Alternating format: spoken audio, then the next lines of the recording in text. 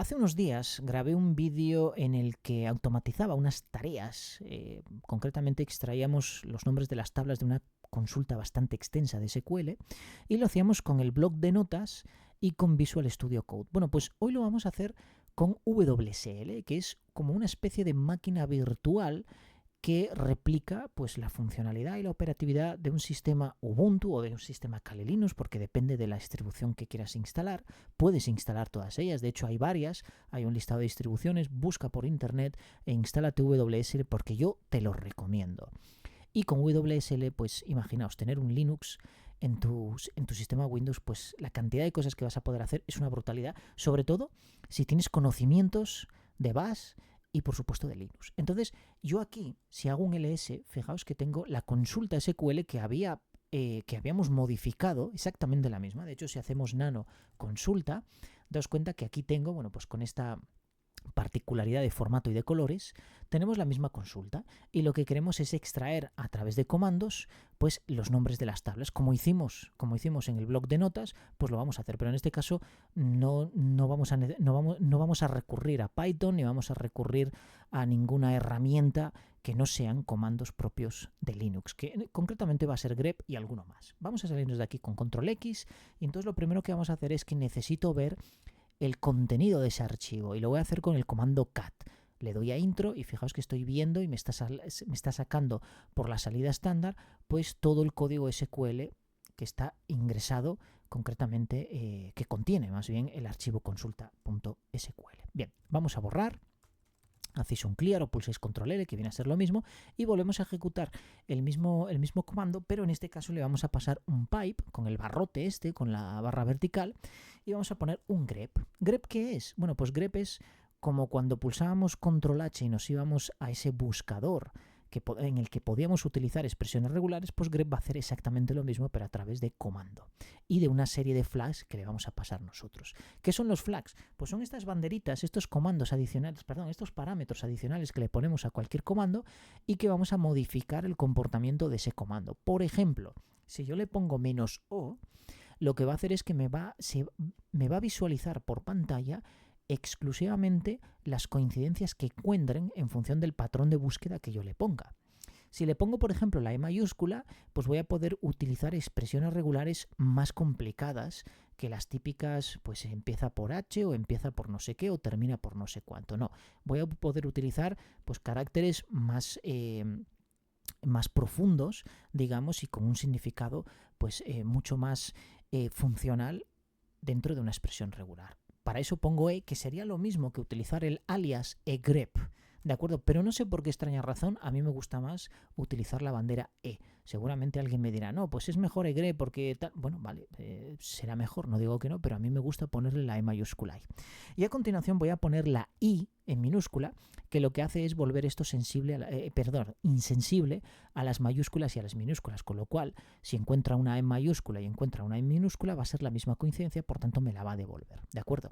A continuación, entre comillas simples, yo voy a incluir la expresión regular. ¿Y cuál va a ser? Pues exactamente la misma que utilizamos con una pequeña variación. Fijaos, lo primero que voy a hacer es que voy a escapar el corchete, porque quiero que empiece por corchete. A continuación el 01, lo recordamos, ¿verdad? Abrimos corchete, ponemos el circunflejo y en este caso no voy a escapar el corchete de cierre, sino que simplemente se lo voy a indicar porque ignora el comportamiento que pueda tener ese carácter especial para la expresión regular dentro de los corchetes y a su vez pues con el prefijo del circunflejo. Y luego le voy a decir el asterisco para que me encuentre cualquier carácter que que no coincida en su búsqueda con el corchete de cierre.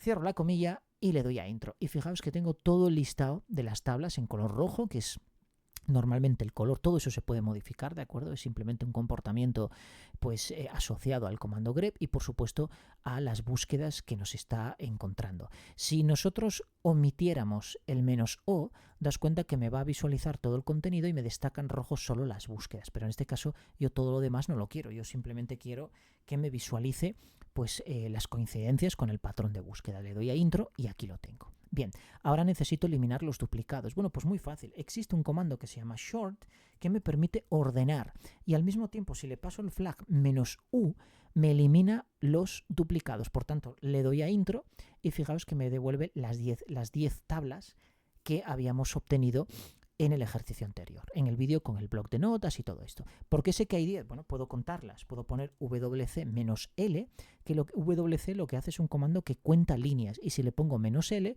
pues L es de line, por tanto cuenta líneas, pero puedo ponerle, por ejemplo, -c para que me cuente los caracteres, o incluso -w para que me cuente las palabras. W de word, C de character y, por supuesto, L de line. Si no le indico nada, pues me devuelve todo. Entonces me dice que hay 10 líneas, que hay 49 palabras y que hay 756 caracteres. Pero lo normal es indicarle, pues en este caso, que solo queremos saber cuántas líneas me devuelve, que me devuelva 10. También podemos enumerarlas con el comando NL y le pasamos una serie de parámetros. Fijaos, si lo dejo así vacío, le doy a intro y me devuelve pues el formato por defecto que tiene este comando. Sin embargo, yo puedo pasarle algunas cosas. Por ejemplo, puedo decirle un separador y decirle los 2 puntos. Y te das cuenta cómo ya me anexa, es decir, junta ese carácter, elimina los espacios en blanco que había entre el número de línea y lo que es el contenido devuelto por grep y le pone los 2 puntos. Sin embargo, hay un montón de espacios ahí a la izquierda que no me sirven para nada. Pues puedo ponerle -w, por ejemplo, 2.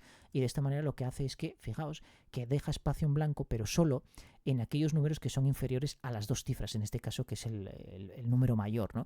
Pero yo puedo rellenar eso con ceros a través del comando -n, perdón, siempre digo comando, pero realmente es un flag, una bandera o un parámetro. En este caso -n, y -n, perdón, le puedo pasar RZ, que en este quiere decir que me lo rellene con ceros. Entonces le doy a intro y fijaos que queda 01, 02, 03. ¿Qué más tengo que hacer aquí? Bueno, pues fijaos que esta notación ahora mismo no es compatible con Transact SQL porque no cierra el corchete, no tengo el corchete de cierre y además tiene espacios en blanco por medio. Por tanto, va a considerar como que esto es un comando de Transact y como no está definido como comando ni como función definida por el usuario, pues obviamente nos va a dar un error sintáctico. Entonces lo que tengo que hacer es cerrar ese paréntesis. Voy a hacer un clear aquí con control L, me vuelvo arriba y fijaos, con otro pipe voy a utilizar el comando set, y set lo que hacemos es abrir una comilla simple para meter la expresión, S de sustitución, y abro como una expresión regular, es decir, abro con esta barra y le digo que se posicione en el último carácter, es decir, en la última posición de cada una de las cadenas de texto, y le digo que me lo sustituya. En este caso no va a sustituir nada, simplemente va a incluir que pues el corchete de cierre. Cerramos y cerramos la comilla. Le doy a intro y fijaos que ahora tengo el corchete de cierre y por supuesto no me ha sustituido ningún carácter, que eso es importante, ¿de acuerdo? Si te sustituye un código de estos, pues vas a tener problemas porque esa tabla no va a existir en SQL Server. Luego, lo que puedo hacer es exportarlo directamente a través del operador de redirección, por ejemplo, a un archivo de texto, por ejemplo, tablas.txt. Le doy a intro y si ahora veo con nano tablas o simplemente con el comando cat, le damos a intro y fijaos que aquí tenemos. ¿Qué pasa? Que tengo los números de línea y no me sirven. Bueno, en un momento determinado tú puedes hacer lo siguiente. Puedes hacer un cat a tablas y con pipe pasarle el comando cat con el delimitador, en este caso 2 puntos.